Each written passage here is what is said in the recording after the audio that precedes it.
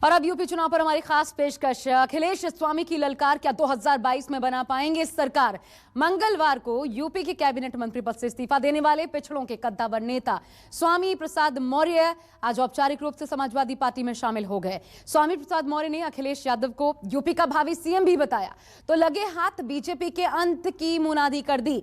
स्वामी प्रसाद मौर्य ने दावा किया, यूपी में लड़ाई 80 बनाम 20 की नहीं बल्कि 85% बनाम 15% की है, और बीजेपी जिस 15% पर अपना एकाधिकार समझती है उसमें भी कुछ समाजवादी और अंबेडकरवादी हैं। आज 14 जनवरी मकर संक्रांति भारतीय जनता पार्टी के अंत का इतिहास लिखने जा रहा है कि वो बड़े बड़े नेता जो कुंभकर्ण नींद सो रहे थे, जिनको कभी विधायकों, सांसदों और मंत्रियों से बात करने का वक्त नहीं मिलता था,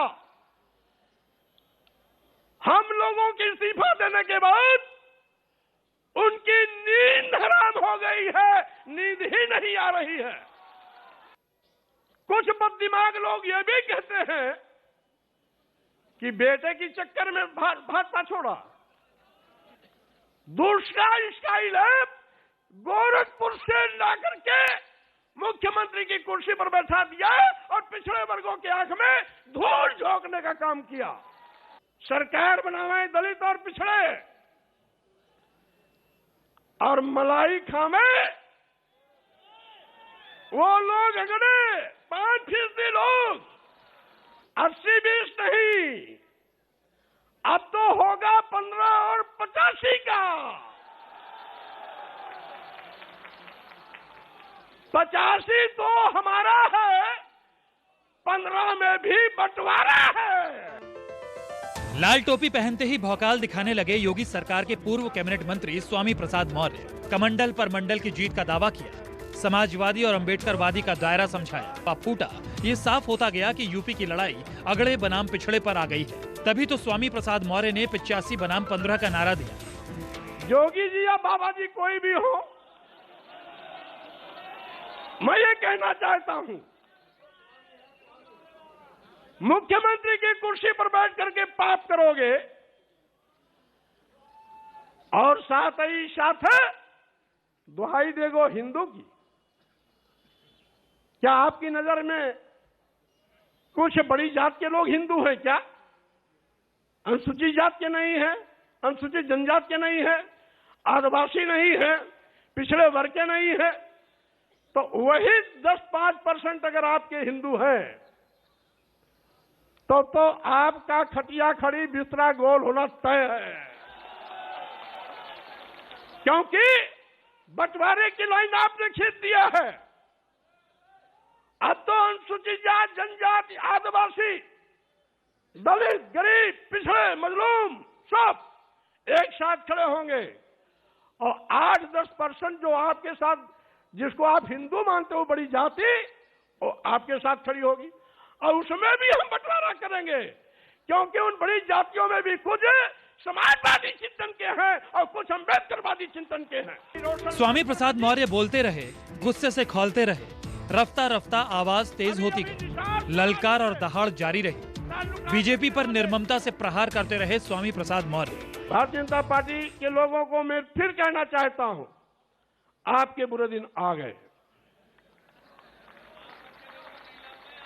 और साथ ही साथ अब मैंने आपका साथ छोड़ा, मेरे बाद साथ छोड़ने वालों का एक लंबा कतार चल रहा है।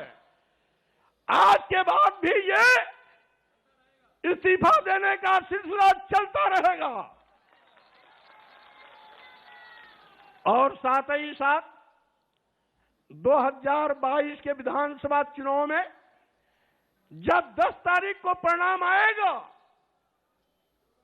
तो 2017 के पहले जो भारतीय जनता पार्टी का आंकड़ा था 42 विधायक और 45 विधायक का, मैं दावे के साथ कहना चाहता हूं, इन नौजवानों की कुवत के बिना पर आपको फिर पुराने आंकड़े दहाई पर लाके खड़ा करने का काम करूंगा।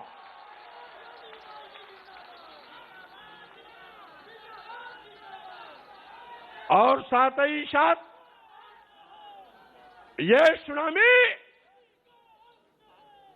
भाजपा को उखाड़ करके सीधे सीधे हिंद महासागर में ले जाकर के डुबोने का काम करेगी।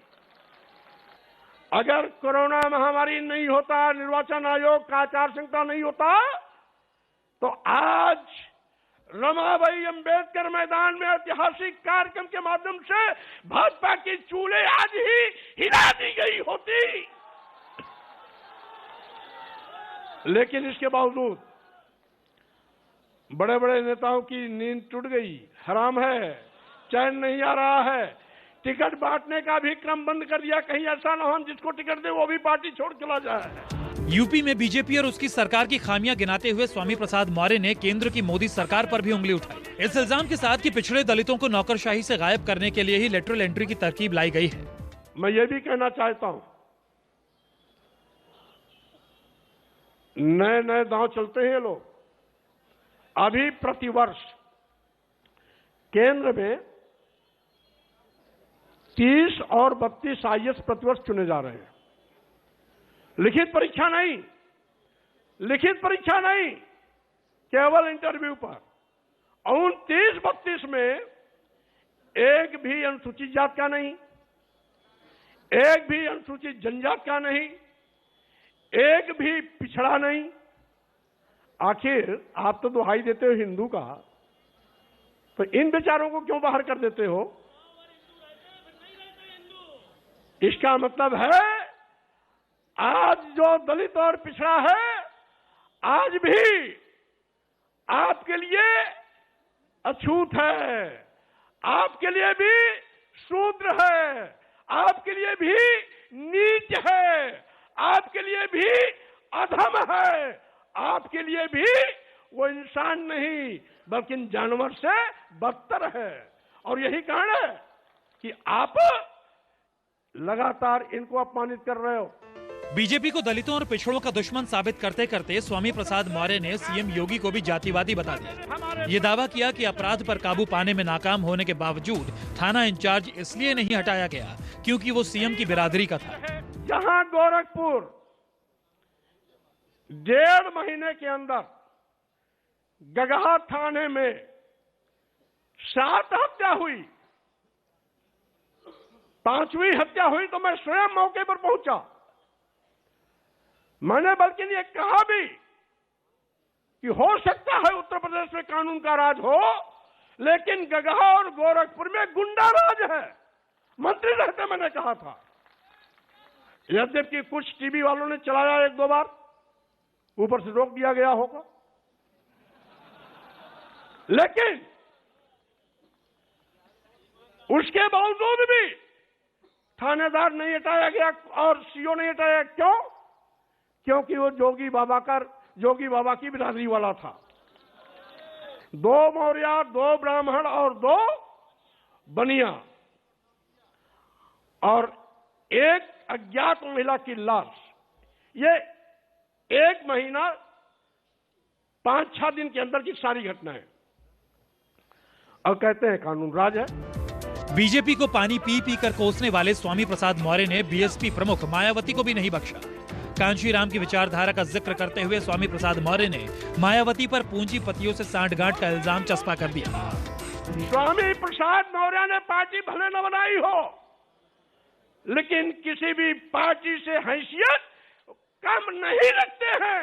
उनके पास जनाधार की कमी नहीं है। आज हमने समाजवादी पार्टी के राष्ट्रीय अध्यक्ष अखिलेश यादव जी से हाथ इसलिए मिलाया कि अखिलेश यादव जी नौजवान हैं, पढ़े लिखे हैं, नई ऊर्जा है। मैं प्रदेश के लाखों लाख करोड़ लोगों का हुजूम आपके नेतृत्व के साथ खड़ा कर भारतीय जनता पार्टी को नस्ताबूद करने का काम करूंगा। मैं ये भी चुनौती देता हूं मैं ये भी चुनौती देता हूं, जिसका मैं साथ छोड़ता हूं उसका कहीं अता पता नहीं रहता है। हमारी बहन जी इसका जिंदा मिसाल है। जब तक साथ था बार बार मुख्यमंत्री बनती थी, उनको घमंड हो गया था, एको अहम द्वितीयो नास्ति। बाबा साहब के मिशन से हट गई, मानवर कांशीराम को भूल गई। मानवर कांशीराम जी के आंख मूंदते ही मानवर कांशीराम जी का नारा बदल दिया था। जो मानवर कांशीराम जी ने नारा दिया था, जिसकी जितनी संख्या भारी उसकी उतनी भागीदारी। बहन मायावती जी, मानवर कांशीराम के इस नारे को बदलकर दूसरा नारा इजाद किया कि जिसकी जितनी तैयारी उसकी उतनी भागीदारी, का मतलब थैली वालों के पीछे खड़ी हो गई।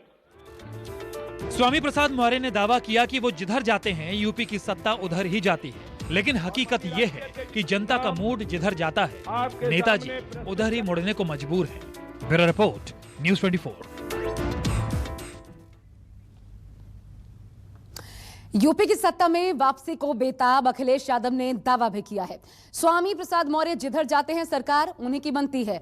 लखनऊ में बीजेपी से आए मंत्रियों और विधायकों को पार्टी में शामिल करवाने के बाद अखिलेश यादव ने वर्चुअल रैली के जरिए योगी सरकार पर तंज के तीर चलाए। हालांकि कहने मात्र के लिए यह वर्चुअल रैली थी। यह दावा किया इसके माध्यम से कि अपनी हार को कबूल करते हुए सीएम योगी 11 मार्च के पहले ही गोरखपुर लौट गए हैं। कई बार लोग कहते हैं ये सेमीफाइनल है। मैं आपसे कहना चाहता हूं ये सेमीफाइनल चुनाव नहीं है, ये सेमीफाइनल चुनाव नहीं है, यही फाइनल चुनाव है, यही फाइनल चुनाव है। आपने देखा है कि अगर बच्चा कमजोर हो पढ़ाई में तो पूरे घर परिवार के लोग लग जाते हैं पढ़ाने में और रटाने में और कभी कभी उसका सहयोग करने में। परीक्षा देने जाए तो उसमें भी सहयोग के लिए कभी कभी परिवार के लोग जाते हैं। ये जो उत्तर प्रदेश के बाबा मुख्यमंत्री हैं फेल हो चुके हैं। कितने भी दिल्ली वाले आए अब ये पास होने वाले नहीं है, क्योंकि जनता ने मन बना लिया है इनका सुपड़ा साफ होगा। और इस बार तो ऐसा बीजेपी वाले हिट विकेट हुए कि हमारे तमाम नेताओं की स्ट्रेटजी नहीं समझ पाए। वो स्ट्रेटजी नहीं समझ पाए। अगर स्ट्रेटजी समझ गए होते तो पता नहीं क्या करते वो लोग, न जाने कौन से डैमेज कंट्रोल में लग जाते। और हमें खुशी ये है कि इस बार पत्रकार साथियों को भी नहीं पता लगा, लेकिन ये पत्रकार साथी सब अपने साथ आ गए हैं। अब कोई खिलाफ नहीं है, कोई खिलाफ नहीं है, सब चल रहा है आजकल। तो सब साथ हैं अपने, और न केवल हम लोग हटाना चाहते हैं, ये लोग भी हटाना चाहते हैं। स्वागत है 10 मार्च को अखिलेश का, स्वागत है। भोग में बीजेपी नेताओं के समाजवादी साइकिल पर सवार होने से गदगद अखिलेश यादव ने न सिर्फ सियासी पंडितों के तकिया कलाम को बेमानी बताया, बल्कि सूत्रों के आधार पर सियासी रिपोर्टिंग करने वाले मीडिया के हुनर पर भी हथौड़ा जड़ दिया। हालांकि निगाहें कहीं और थी और निशाने पर योगी ही रहे। जो लोग खबर को देख रहे होंगे वो जानते होंगे कि लगातार विकेट गिर रहे थे उधर पर।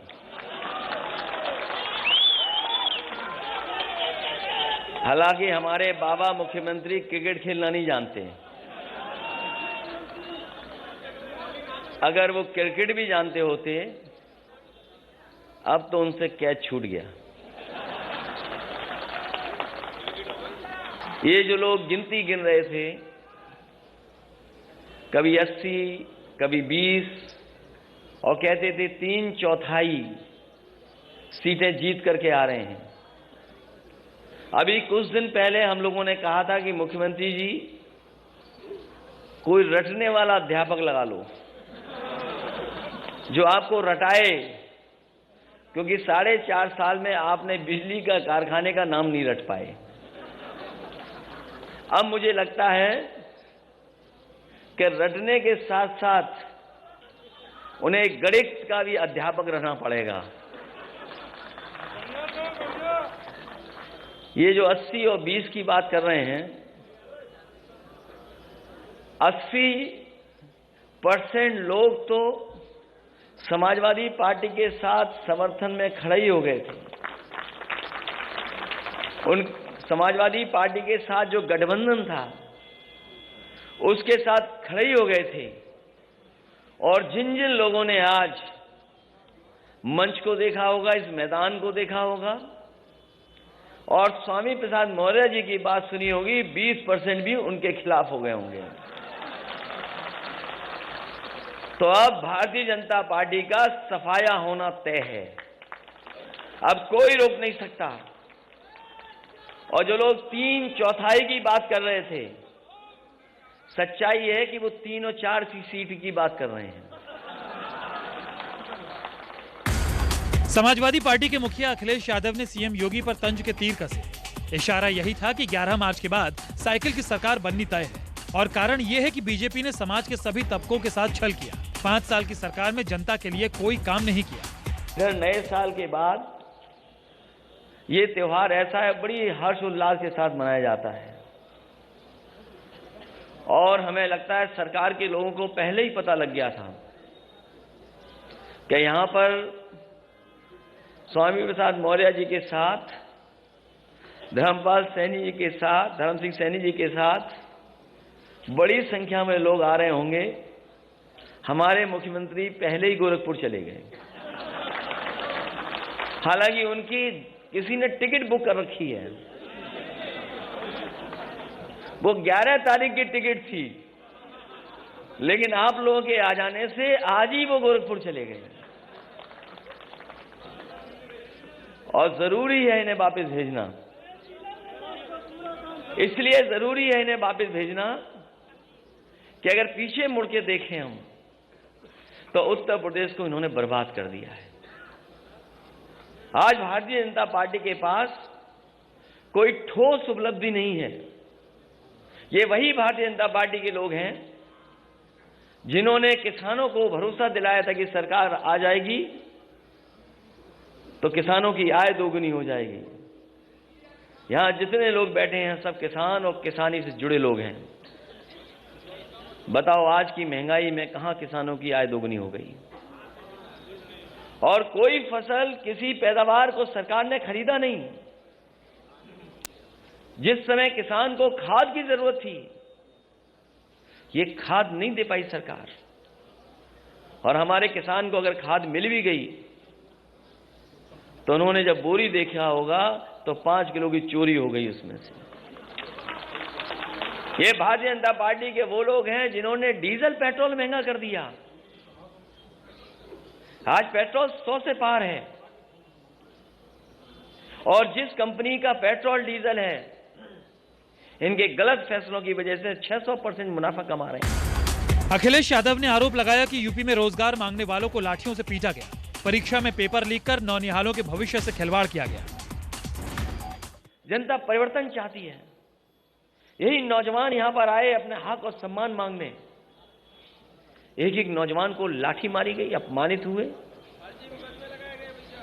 और न जाने कितने लोगों को मुकदमे से डराया गया।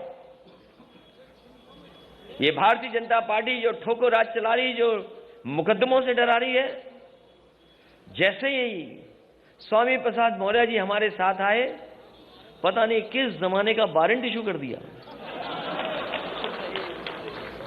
किस जमाने का वारंट इशू।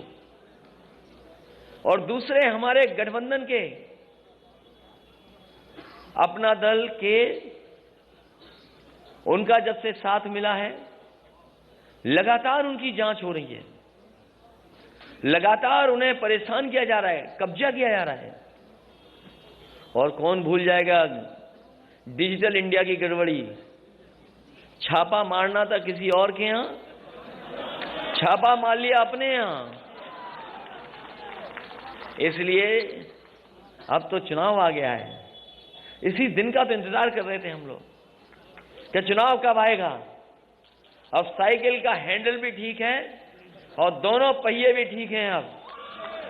और पैडल चलाने वाले देखो कितने हमारे नौजवान साथी दिखाई दे रहे हैं। अब कोई नहीं रोक सकता रफ्तार को। जब समाजवादी और अंबेडकरवादी साथ आ गए तो कोई नहीं रोक सकता। कई मौकों पर गुमराह किया गया, कई मौकों पर नफरत फैलाई गई और कभी कभी आरोप लगाने का काम हुआ। यूपी सरकार के मंत्रियों और बीजेपी विधायकों में मची भगदड़ से सबसे ज्यादा फायदा अखिलेश यादव को हुआ है। हालांकि बीजेपी का दावा है कि भागने वाले सभी वही लोग हैं जिनका टिकट कटना तय था, लेकिन जमीन पर बदलते समीकरण कुछ और ही इशारा दे रहे हैं। Bureau report, news 24। नमस्कार, मैं हूं मानक गुप्ता। अगर आपको हमारा ये वीडियो पसंद आया हो तो इसे लाइक और शेयर जरूर करें, और हाँ, हमें सब्सक्राइब और फॉलो करना ना भूलें ताकि आप देश और दुनिया की कोई खबर मिस ना करें। तो जुड़े रहिए हमारे साथ और देखते रहिए न्यूज़ 24।